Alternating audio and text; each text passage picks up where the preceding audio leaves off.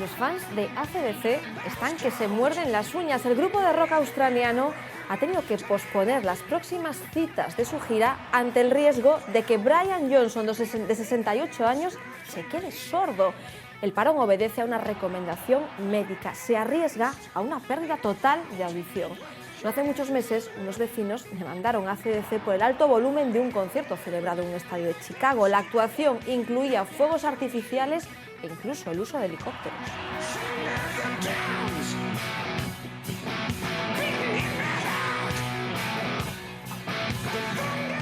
Lejos de ser un fenómeno aislado, el ruido atronador, vivimos rodeados de señales acústicas con un volumen por encima de lo deseado. Esa es la realidad del recomendable para nuestra salud. No hace falta asistir a un concierto de este tipo para poner nuestros oídos a prueba. Lucía. Sí, y quizás pocas veces seamos conscientes a lo largo de nuestro día a día, de nuestra rutina, hasta qué punto el ruido amenaza nuestra salud física, pero también mental. Enseguida nuestro invitado nos va a detallar cuáles son esos efectos, pero a priori ya les mencionamos unos cuantos. Falta de atención, pérdida progresiva de la audición, como el caso que comentábamos de este cantante, insomnio, hipertensión o estrés. La unidad de medida de la presión sonora es el decibelio. El límite del umbral del dolor está en torno a los 120 decibelios, que no quiere decir ni mucho menos que eso sea lo recomendable, que está, según la OMS, entre los 60, los 65 decibelios, siendo ya bastante generosas. Así que partiendo de ese nivel, hemos elaborado una lista con unos cuantos ejemplos. Una simple pisada, 10 decibelios, eso es lo que emitimos con cada paso que damos sobre el pavimento. Una ráfaga de viento en los árboles, 20 decibelios. Una conversación en voz más o menos baja, 30. Si esa conversación tiene un nivel normal, unos 60 decibelios. En un restaurante comiendo con esas voces, con ese tintineo de los cubiertos, 60 decibelios, y vamos aumentando. Un electrodoméstico que todos usamos en casa, la aspiradora, 80 decibelios, normal que nos quejemos cuando el vecino la pone a altas horas de la noche, o el reloj despertador tan molesto que nos dice que ya es de día, que hay que levantarse, 80 decibelios. Una moto con un escape, con un tubo de escape un tanto ruidoso, puede alcanzar hasta los 100 decibelios. Un concierto de rock como el que veíamos de AC/DC, por ejemplo, 120, ya en ese límite de lo permisible. Un martillo neumático de obra, 130 decibelios. El despegue de un avión, 150. Y ya un ruido, obviamente, extraordinario, como podría ser la explosión de un artefacto, alcanzaría los 180 decibelios, rompiéndonos directamente el tímpano. Habría muchas más situaciones, pero son algunas de las más comunes en nuestra vida diaria. Hoy en Más que Contar hemos querido hacer unas cuantas mediciones in situ. Lo hemos hecho con un aparato llamado sonómetro. Este que ven, tecnología empleada por la mismísima NASA, nos ha acompañado en nuestro recorrido por la ciudad, esa fuente inagotable de ruidos. José Luis Mecías Rivas es ingeniero naval, especialista en acústica aplicada, y su empresa EIRA está homologada para hacer este tipo de controles, de mediciones. Entre 60 a 65 decibelios, nos decía, es un poco la media de lo que soportamos cada día y lo que hemos visto esta mañana. Hay que decir que los baremos en la normativa varían según de qué franja horaria estemos hablando. Hay tres: la que va de las 7 de la mañana a las 7 de la tarde, la segunda hasta las 11 de la noche y la tercera, donde hay que respetar al máximo los tiempos de descanso, desde las 11 de la noche hasta las 7 de la mañana siguiente.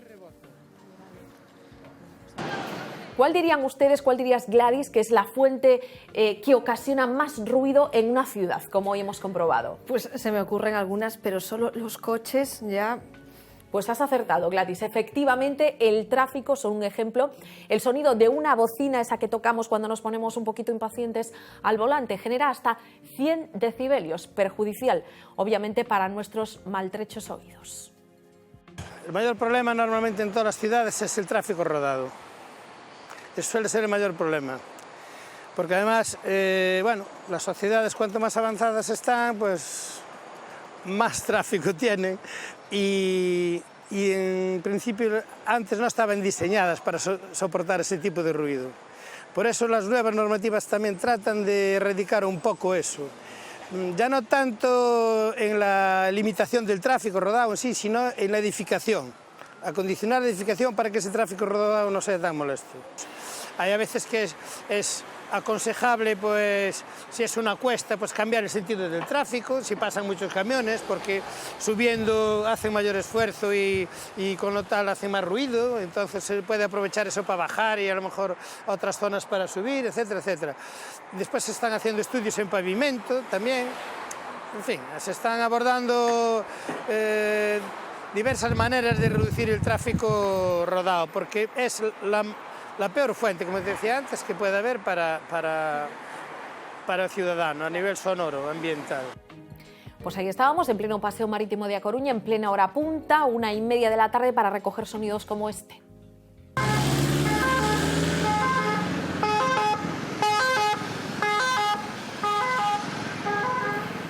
Niveles de ruido que hemos recogido a lo largo de un minuto para ver la evolución, la media y los picos máximos. Un bocinazo, lo dicho, un simple acelerón o la sirena de una ambulancia hacen que de repente el sonómetro pase a registrar más de 80 decibelios. Aquí lo que hay que valorar es el equivalente, el nivel equivalente, porque hubo máximos hasta llegado, el L máximo llegó a 86 y el mínimo en 59, pero el valor que se suele dar siempre para cuantificar esto a las autoridades o lo que sea, son 73,5. Y justo al lado, porque tampoco tuvimos que caminar demasiado, nos encontramos con una obra en la vía pública. Los obreros son sin duda uno de los colectivos más expuestos al ruido. Seguro que les viene a la cabeza una herramienta especialmente molesta, el famoso martillo neumático, un instrumento de percusión, pero no precisamente de la sinfónica. Normalmente las obras tienen cierta, digamos, permisividad, sobre todo si son públicas por parte de la administración local. Y quien regula esto es el ayuntamiento, pues obviamente siempre deja un poco de manga ancha. En su caso también tienen recibidos protestas, ¿no? Porque, bueno, si las obras duran mucho o tal, pues oye. De hecho, de todas formas, actualmente la maquinaria toda de cumplir una serie de requisitos de nivel de ruido de emisión, ¿sabes? En la normativa laboral, aunque bueno, esto no es el caso, ni suele ser nuestra actividad, por encima de 80 decibelios se considera ya un nivel dañino. Entonces, normalmente ya se suelen hacer uso de protectores auditivos, y después si el nivel ya empieza a ser mucho más alto, hay que limitar la exposición del trabajador. Porque, a ver, el ruido no solo afecta también por lo que puede ser la cuestión del oído, sino que también genera fatiga en el ser humano. Obreros y otros profesionales expuestos al ruido que pueden padecer lo que se llama hipoacusia, que es esa pérdida progresiva de audición. Y los niños, ¿qué me dicen de esas voces agudas que se juntan en el patio del colegio o al salir de clase?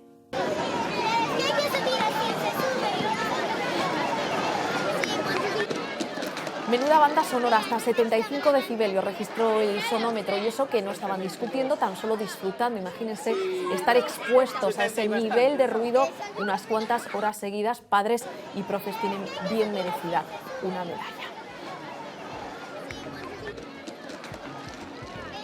Más allá de ser una simple sensación, España está considerado el país más ruidoso de la Unión Europea, el segundo del mundo, solo por detrás de Japón, según el ranking de la OMS. 9 millones de españoles convivimos con niveles superiores a los recomendados. Los ruidos que más molestan, las obras de la casa de al lado, las fiestas organizadas por los vecinos y el tráfico, pero no solo, para conciliar el sueño nos estorba la música de arriba, la tele y los ronquidos de la pareja. Y en el entorno laboral, los comentarios y murmullos de los compañeros y el teléfono. Sí, lo es, porque bueno, somos latinos y lo llevamos, para empezar, que ya hablamos un poco más alto, y después que bueno, somos más divertidos que los otros.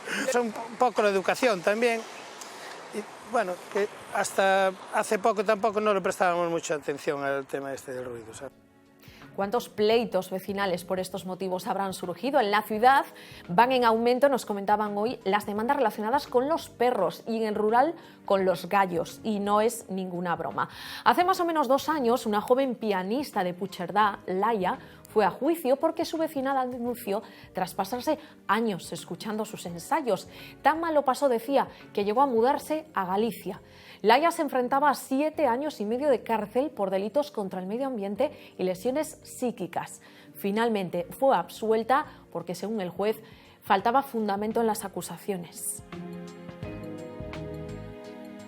Y hace solo unos días nos sorprendía el tremendo efecto provocado por un simple gol en un campo de la Premier League inglesa. En el flanco diestro, el gol que marcó Leonardo Ullola y que dio la victoria a Leicester frente al Norwich levantó tales pasiones que originó un pequeño terremoto en las cercanías del estadio.